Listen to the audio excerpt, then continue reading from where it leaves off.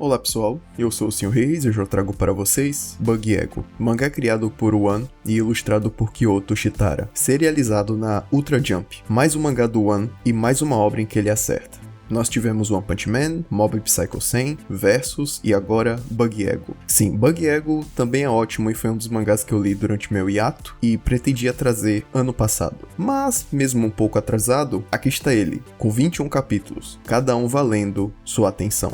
Então, quão diferente é Bug Ego dos outros? A comédia se mantém, ela é bastante comum nas obras do One. Nós temos aqui um sistema de poder / magia que parece ser, até onde eu sei, aquele ao qual o One deu mais atenção até agora, ou parece querer prestar atenção e desenvolvê-lo. Temos algumas minúsculas batalhas focadas no ridículo e na comédia, além de um monte de situações bizarras, talvez as mais bizarras que o One já fez. É meio que uma combinação de Mob Psycho 100 com One Punch Man, só que focada neste bizarro que surge dos bugs.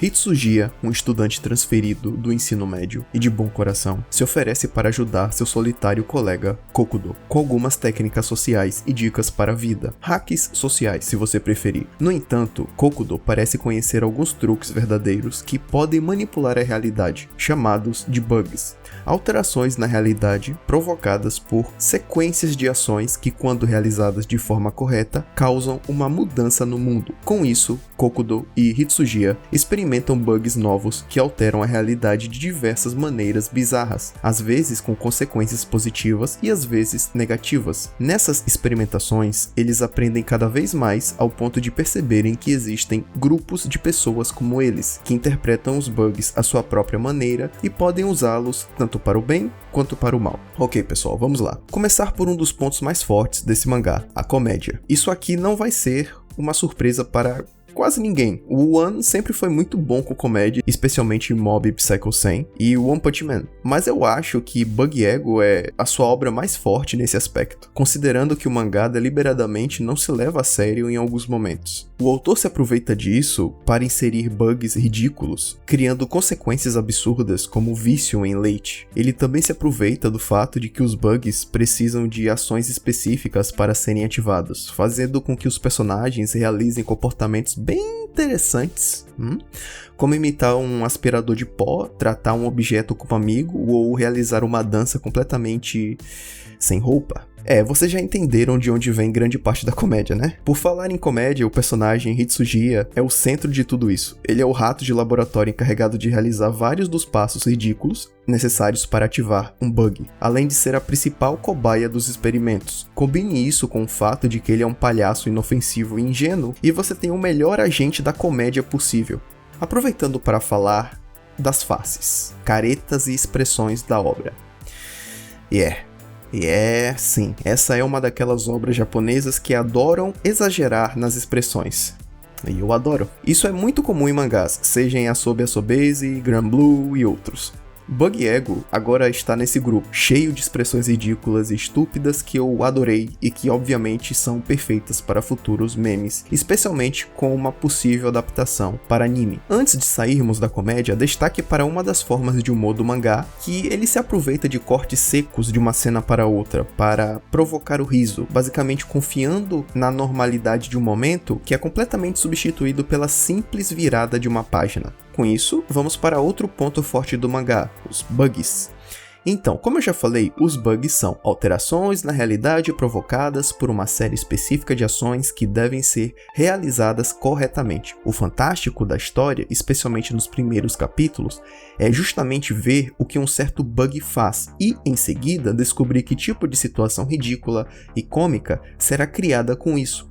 Como manipular sonhos, criar outras salas, dar vida a objetos, voltar no tempo e por aí vai. Com o caminhar da história, o autor pode desenvolver mais o que ele quer trazer com a trama. E foi isso que o One fez. Não só a diversão vem, em grande parte, de ver bugs estranhos e fantásticos, mas também o sistema de poder / magia surge deles.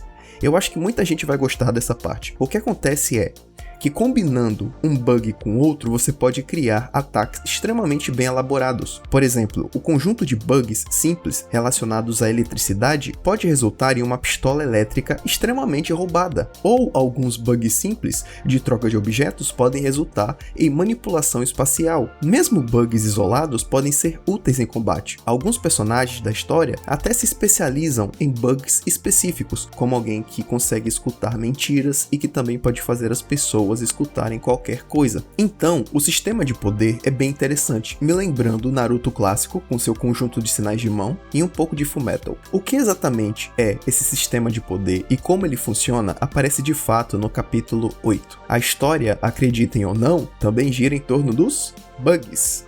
Os bugs usados pelo grupo de protagonistas vêm de um caderno encontrado por Kokudo. Desse caderno surge grande parte da investigação sobre os bugs, quem escreveu o caderno e por que certas coisas estão registradas ali. Primeiro temos questões mais simples, como as normas escritas sobre não escrever sobre os bugs, não espalhar os bugs e por aí vai, mas também encontramos registros de diversas pessoas no caderno, mostrando que ele teve vários donos, além de um adesivo que muda repetidamente de uma forma para outra.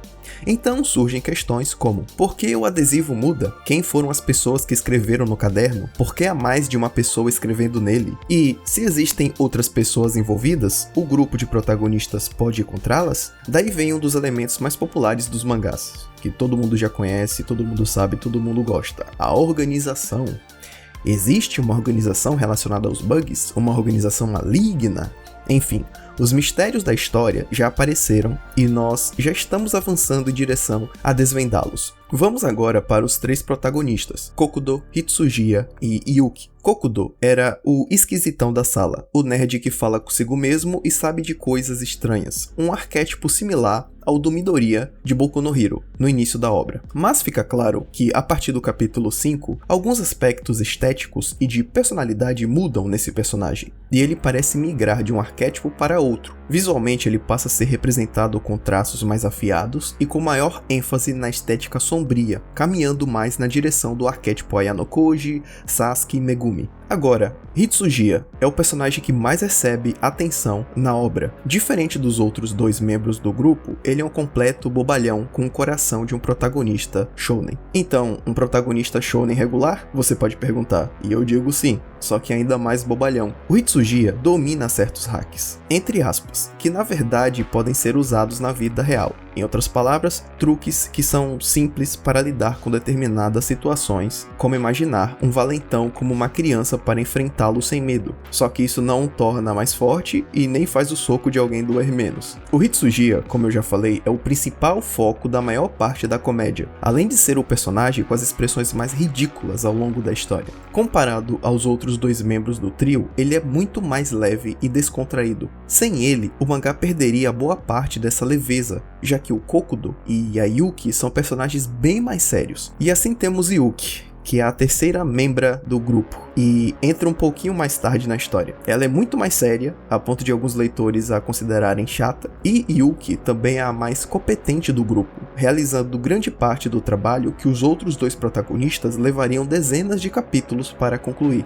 Sem exagero. Ela é tão competente que eu cheguei a pensar que o One não saberia como lidar com a personagem. E essa possibilidade ainda existe, pois em apenas um capítulo, ela avançou praticamente toda a história sozinha. Eu sei que algumas pessoas não gostam da Yuki por causa de sua seriedade e do jeito mais reservado, mas eu até o momento gosto da personagem e acho que ela equilibra muito bem o grupo. Por fim, vamos falar de alguns pontos pequenos, mas ainda assim relevantes para quem quer saber se vale a pena ler esse mangá. Dois deles. Primeiro, o mangá, apesar de ser bem leve, flerta bastante com o perturbador, trazendo certas cenas que eu nem posso mostrar aqui no YouTube justamente por serem bastante gráficas. Segundo, eu acho o primeiro capítulo o mais fraco da obra, mas isso não significa que ele seja ruim. Eu recomendo você ler pelo menos até o segundo capítulo, é nele que você realmente terá uma boa ideia da qualidade e da intenção da história. A minha nota para Bug Ego é 8,5. E isso é tudo por hoje, pessoal. Eu espero que vocês tenham uma ótima experiência enquanto estiverem lendo Bug Ego, ok?